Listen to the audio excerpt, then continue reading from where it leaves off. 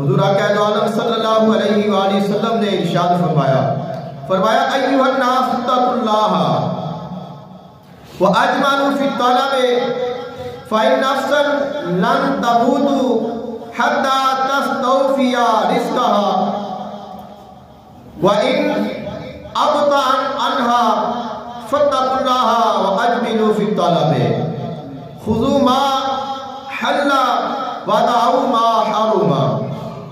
آقا علیہ السلام نے انسان دی جڑی ساری پریشانی ہے ان کا حل فرما دیتا. آقا علیہ السلام نے فرمایا اے لوگو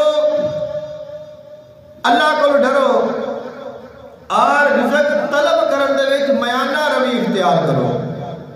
جلد باز نہ ہو جاؤ کہ صرف رزق ہی جمع کرنا ہے، مال ہی جمع کرنا ہے، جویں مرضی آوے جس طرح مرضی ہوئے، صرف یہی مقصد نہ بنا لو. اجمال کرو، خوبصورتی لاؤ، میانہ روی لاؤ، اچھے طریقے نہ رزق کماؤ. فرمایا اور یہ یاد رکھو فَإِن نَفْسًا لَن تَمُوتُ، کوئی بھی نفس انی دیر تک مردہ نہیں جنی دیر تک وہ آدھے نصیبہ دا رزق کھا نہ لگے. جیڑا رزق اللہ تعالیٰ نے لکھیا ہے کہ میں تینو عطا کرنا ہے وہ اس نے تینو عطا کرنا ہے، اور جنی دیر تک تیرا رزق نہیں مکے گا تینو موت نہیں آئے گی. تو جدو رزق ختم ہو جاتا ہے تو پھر موت کا کوئی بھی سبب بن جاتا ہے. عموماً ہمارے ہاں کوئی اچانک موت آ جائے یا کوئی حادثہ ہو جائے یا کوئی اس طرح کا معاملہ ہو جائے، خاص کر کے جوانی دی جڑی موت ہے، اور اندھے تے انسان پھر بڑا پریشان ہو جاتا ہے. انسان سوچتا ہے کہ اگر یہ سفر تے نہ جاتا تو پھر ہو سکتا ہے بچ جاتا، اگر یہ کام نہ کرتا تو ہو سکتا ہے بچ جاتا، اگر اس میں اپنے کو بٹھا کے رکھتا تو پھر یہ بچ جاتا، یعنی اگر میں ان دی دوائی فلانی استعمال کر لیندے، فلانی ڈاکٹر کو چلے جاتے تو ممکن سی کہ بندہ بچ جاتا. تو انسان اسباب کو ویکھدا ہے، اور یہ بڑا ایک وسیع اللہ تعالیٰ نے قرآن پاک جس مضمون کو بیان فرمایا ہے. لیکن مختصر میں عرض کرنا کہ انسان یہ کہنا ہے کہ اگر اے نہ ہوتا تو پھر اس نے بچ جانا سی، اگر اے نہ ہوتا تو اس نے بچ جانا سی. تو اگر انسان دیا ساریاں کوششاں نہیں کام کیتا اور اس کے نال وہ ہو گیا ہے جو ہویا ہے، تو جان لو کہ ان دے وچ ہی اللہ تعالیٰ دی رضا سی.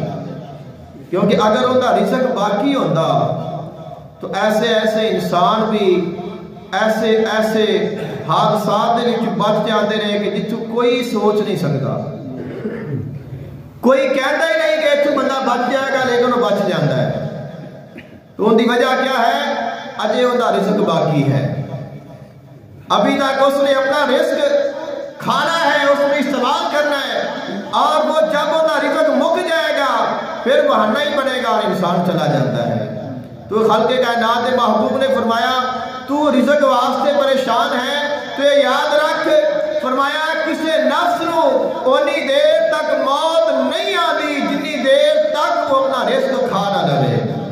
اور آقا علیہ السلام نے فرمایا رزق حاصل کرن دے وچ میانہ روی اختیار کرو اور اللہ تعالیٰ دے کولوں ڈرو اور حلال ذرائع دے نال رزق کماؤ. فرمایا جب انسان دنیا وچ آئے گا اون دے کول حلال رزق بھی آوے گا اور حرام رزق بھی آوے گا. اگر وہ چاہے تو حلال نو حاصل کر لے اور چاہے تو حرام نو چھوڑ دے، اگر وہ چاہے تو حرام حاصل کر لے اور حلال نو چھوڑ دے. جو حلال اور حرام نو اختیار کرن دا اختیار ہے وہ اللہ نے انسان نو عطا فرمایا ہے. فرمایا اے تیرے اوتے مقدی ہے کہ تو حلال کھانا ہے کہ تو حرام کھانا ہے، لیکن اگر تو حلال کماوے گا تو پھر وہ رزق تیرے واسطے ذریعہ نجات بنے گا، اگر تو حرام کھاوے گا تو پھر وہ رزق ہی تیرے واسطے وبال بن جائے گا.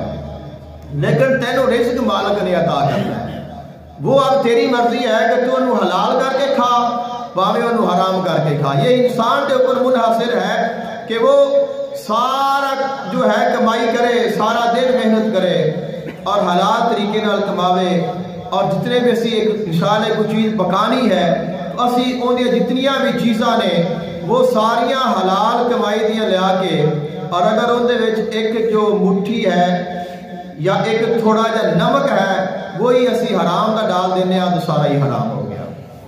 تو اب اس نے جو ساری محنت سی اپنے انسان نے ضائع کر لی. آقا علیہ السلام نے فرمایا کہ تیرے اوپر منحصر ہے، چاہے تو انہوں حلال کر کے کھا لے چاہے تو انہوں حرام کر کے کھا لے.